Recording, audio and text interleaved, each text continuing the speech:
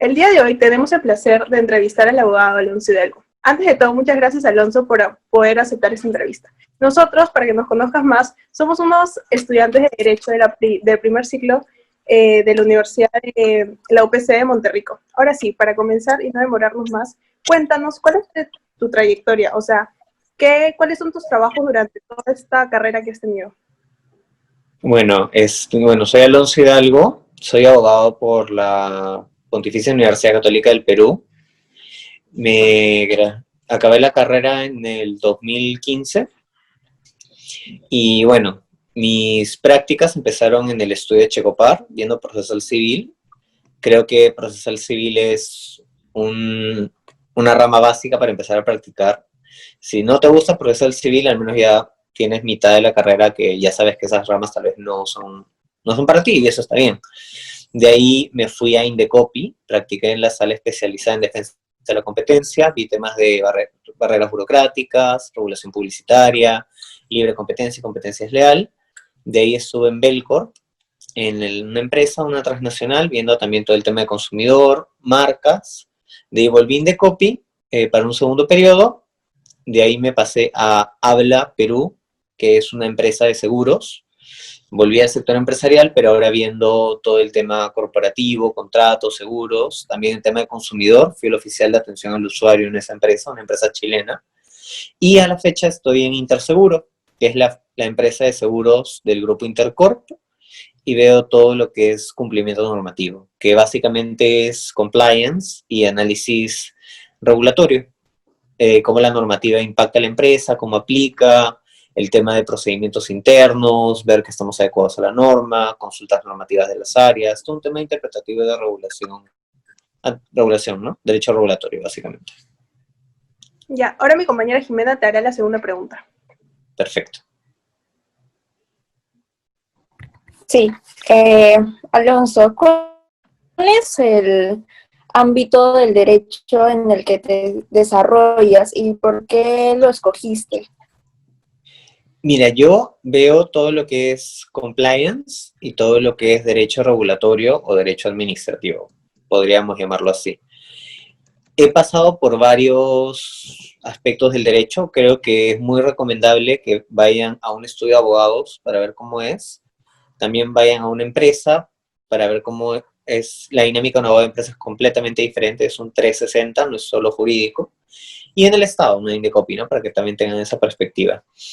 Y viendo estos tres elementos, empecé a ver que me gustaba mucho todo el tema jurídico, pero que no sea netamente jurídico, sino jurídico con un poco más, ¿no? Interactuar con otras áreas, el 360 que en un ámbito empresarial te permite tener. Entonces, por eso opté por quedarme en el sector empresarial y, bueno, fui avanzando con consumidor en Indecopi y me atrajo la idea de irme a esta empresa de seguros, por lo cual fui probando y siempre viendo este punto de vista de análisis regulatorio, ¿no? Que es lo que me gusta hacer.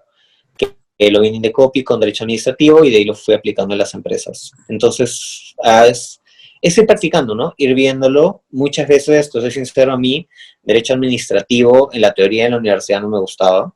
De hecho, la clase me aburría. Pero después, cuando lo vi en la práctica, me gustó. Entonces, ese es un gran consejo. En las prácticas aprovechen en ver de todo un poco y ahí ya van a ir conociendo qué rubro les gusta al final del día.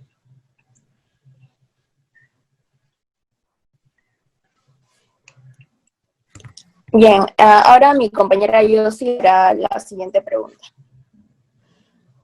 Sí, muy buenas noches, estimado doctor Alonso. Mi pregunta es la siguiente. En cuanto al derecho regulatorio, ¿cuáles son las fuentes del derecho que más utiliza? Fuentes del derecho, bueno, básicamente para el análisis regulatorio, sí o sí tienes que ver la norma, ¿no? Del sector que vas a revisar en su momento. Por ejemplo, Indecopi en barreras burocráticas es todo el tema de toda exigencia, requisito, prohibición o cobro que se le impone al administrado y puede ser varios sectores, ¿no? Puede ser en el sector, no sé, de la agricultura, en el sector de la electricidad, temas tributarios, puede haber varios temas. Entonces, ahí tienes que enfocarte mucho en ese análisis regulatorio, o sea, las normas y lo que se busque analizar para el caso en concreto y cómo aplica a la empresa, al administrado, es tu fuente principal, ¿no? Y el análisis interpretativo que vayas haciendo. A veces, cuando tengas que analizar la norma, tiene algunos aspectos un poco grises que no te quedan claros, recurrir a normas complementarias o a una norma más general, o a veces, y me ha pasado, es ver mucho la exposición de motivos que a veces la damos por sentado y nunca la revisamos, pero en la exposición de motivos, en las discusiones de que el Congreso publica, cuando el Congreso publica las discusiones que hacen de las normas cuando son presentadas y aprobadas, entonces ahí también puedes ver cuál es la intención jurídica que ha estado detrás de la promulgación de esta norma, ¿no? Y ahí va jugando también con esos elementos de análisis. Daré pase a mi compañera Jimena, que le va a realizar la cuarta pregunta. Ya, perfecto. Sí. Alonso, ¿cuáles crees que han sido los mayores retos en tu desempeño como abogado antes de la pandemia? Antes de la pandemia, los mayores retos que un abogado puede tener es, ya, algo que te enseña en la universidad es que el abogado es la concepción que todos tienen, que es que sabes todo, lo cual es una gran mentira. O sea, ningún profesional sabe todo, de ninguna carrera, nadie. Entonces, un gran reto que tienes como abogado, y es algo que te da mucho miedo cuando empiezas a tus primeras prácticas, es decir, no sé. Entonces, lo que tienes que hacer es decir, no sé, pero voy a investigar, ¿no? Entonces, ahí tu segundo reto es lanzarte un poco más y lanzarte a investigar, ¿no? O sea, entrar al SPIG, revisar el peruano todos los días también para que estés al día con la norma y todo lo que va sucediendo. Entonces, un gran reto para muchos cuando están empezando a estudiar es ser eso, o sea, ser muy consciente de lo que pasa a tu alrededor y cómo todo eso tiene un juega en todo el análisis jurídico en un punto, ¿no? O sea, es eso, más que todo, ser muy consciente y a no tener miedo a decir que no sabes, averiguar y lanzarte a averiguar también, ¿no? Y romper muchas veces con ese parámetro que a veces dan en la universidad o en las prácticas, que es como que te ponen un casito y es A o B. No, tampoco no. O sea, en la realidad hay muchas zonas grises, hay muchas zonas que se superponen unas sobre otras. Entonces, la interpretación normativa también es algo que poco a poco ya vas entrenando, ¿no? Esos son varios retos que uno va teniendo. Bien, ahora mi compañero Mauricio hará las dos últimas preguntas. ¿Qué tal? Mi nombre es Mauricio Prado y bueno, la pregunta es en este caso, ¿cuáles crees que son las características, habilidades y competencias que deberían tener los futuros abogados, ya sea en cualquier rama que se especialicen? Ya, mira, una gran característica que un abogado tiene que tener, sobre todo, mira, si de por sí era una gran característica antes de toda la pandemia, ahora con mayor razón, es ser interdisciplinario. Eso es algo que sí o sí tienen que tener. Porque si solo te enfocas en temas, como te digo, analizar solo lo que tienes en la ley y está ahí, te vas a quedar corto. Tienes que interpretar de manera sistemática, sea lo que otras normas dicen, lo que dice la exposición de motivos, pero también lo que dice el entorno y las personas que quieres regular o que estás intentando ayudar, ¿no? Entonces, creo que si tienes ese plus, una visión no solo jurídica, sino más 360 de todo lo que pasa e interdisciplinaria, ya tienes un gran punto como abogado, porque ahora, por ejemplo, en las empresas, lo que mucho se busca son estos abogados in-house, ¿no? O sea, le das más peso para que tengas un abogado un poco más completo y cuando tengas que recurrir a un estudio de abogados para una interpretación o para una actividad puntual, sea cada vez menor, ¿no? Ese es uno de los grandes retos que tienen. Sí. Ok, y la siguiente y la última pregunta sería, ¿cuáles son las habilidades, competencias y conocimientos necesarios para desarrollarte en tu área en específica en la cual te has especializado? Bueno, en el tema de compliance es derecho administrativo. Como les dije, todavía no deben llevarlo porque están en primer ciclo, pero cuando lo lleven y les aburra, créanme que a mí me pasó.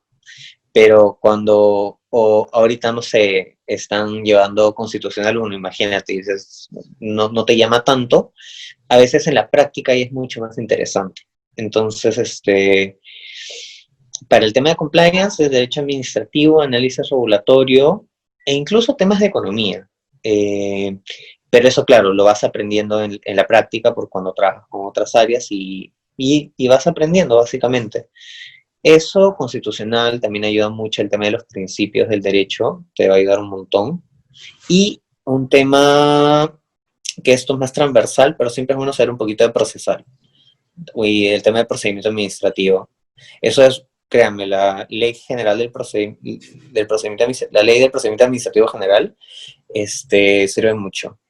Sirve mucho, les va a ayudar un montón.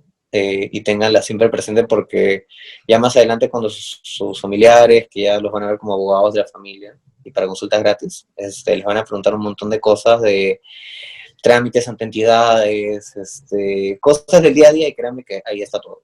Y siempre vean el TUPA de las entidades, eso, el texto único de procedimientos administrativos de las entidades también les va a ayudar un montón. Y eso es cuestión de revisarlo, ¿no? Y apréndanse los principios del derecho para interpretarlo, porque la norma, eso siempre me decían los profesores, el Código Civil, antes a nuestros profesores, pregúntenles si tienen a los suyos, les enseñaban el Código Civil de paporreta, y se tenían que saber todo el código de memoria. Pero ¿qué pasaba si el día siguiente el código lo derogaban y sacaban otro nuevo? Entonces, por gusto. Entonces, apréndanse los principios para interpretar, y algo básico en derecho, créanme, y lo van a sentir más adelante, el derecho es pura lógica. Es lógica, o sea, lo que a ti te suena razonable y dices, ¿sabes qué? Esto es una solución razonable, esto es, o ese como instinto de, acá hay algo que está mal, acá hay algo que no me cuadra, guíense de su instinto y créanme que van a encontrar la solución jurídica después. Va a estar ahí en alguna norma, pero esa sensibilidad, esa de, ponte en consumidor, ¿no? ¿Cómo me gustaría que me traten a mí? Por ahí, ir por ahí, siempre por esa lógica que ahí poco a poco van a ir desarrollando. Y tener mucho en cuenta eso. Creo que la pregunta más importante la hemos dejado para el final. La va a formular Josie. Ok. Sí, la última pregunta sería en relación a cuáles han sido esos desafíos, ¿no? Con los que viene lidiando en la coyuntura actual con el COVID-19 y cómo ha repercutido en su rama del derecho, que es el derecho regulatorio. Bueno, uno de los mayores retos ha sido, toda la cantidad de normas que han estado emitiendo, desde las estados de emergencia hasta las prórrogas, el tema del teletrabajo, el tema de las reactivaciones de las entidades, que lamentablemente no ha sido una reactivación ordenada. La reactivación de plazos, por ejemplo, la SBS en principio está suspendida hasta el 30 de junio y el 1 de julio debería empezar a reactivarse. El Poder Judicial ya se empezó a reactivar un poco. La Fiscalía tiene otros plazos, entonces no ha habido un orden, no ha habido una uniformidad. Eso es uno de los grandes problemas que había, no había un orden. Y segundo, incluso en cómo el Poder Ejecutivo ha estado emitiendo las normas, tú veías que un día decían A y el otro día te decían no, en verdad no es tanto A, es más B, entonces a veces se da sobre la marcha, ¿no? Entonces, en esa capacidad de gestión normativa que el Estado tiene, se ha estado también viendo un déficit, ¿no? Entonces ha habido ese reto, ¿no? Ese reto de tratar de tener claro todo el panorama, pese a que tiene sus altos y bajos. Y de ahí es, como te digo, todo el tema del teletrabajo, por ejemplo. Entonces, no solo las empresas, sino los estudios de abogados también tienen que adecuarse ahora al trabajo remoto.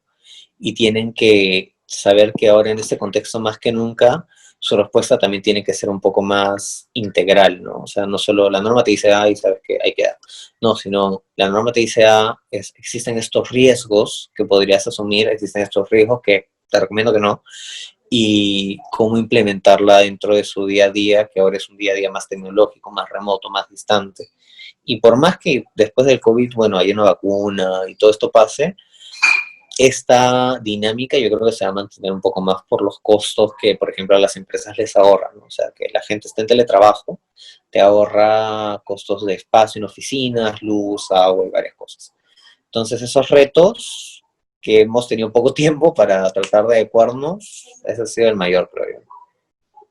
¿Y cuáles son los retos y desafíos que afrontará en un futuro? A futuro, ya, después pasando todo esto.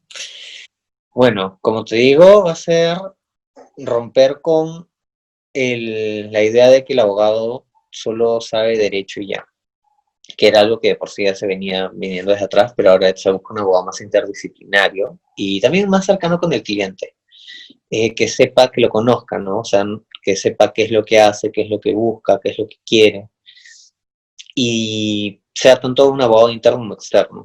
Eso es lo que el cliente va a buscar básicamente, ¿no? Que no solo me des una respuesta jurídica, sino que plus me puedes dar también. Entonces eso es uno de los mayores retos para los abogados que vienen después de esto, y abogados que implementen la tecnología también, que no la sientan como ajena, ¿no? O sea, como tener Zoom meetings o como usar el Google Hangouts o como, no sé, eh, todo el tema de contratos, firmas digitales, firmas electrónicas, el e-commerce va a crecer mucho más, entonces ahí los abogados van a tener que, y los mismos entes reguladores van a tener que ver la tecnología como algo positivo y como su aliada, ¿no? Por ejemplo, la SBS va a tener que hacer que los productos de seguros que son sumamente regulados empiecen a ser comercializados también a través de Internet. Entonces, todo eso va a ser un reto que a futuro se viene, que la tecnología no sea algo ajeno, sino implementarlo en el mundo jurídico. Eso es todo, Alonso. Muchas gracias por podernos ayudar en nuestro trabajo. La verdad es que nos va a servir de demasiada ayuda. Y ya luego te pasamos el link para que veas la entrevista completa. Ya, perfecto. Muchas gracias. Muchas gracias, muchas gracias. Chao, Alonso. Chicos. Muchas gracias. Chao, chicos. Buen Gracias. sábado. Gracias, hasta Descansen, luego. por favor.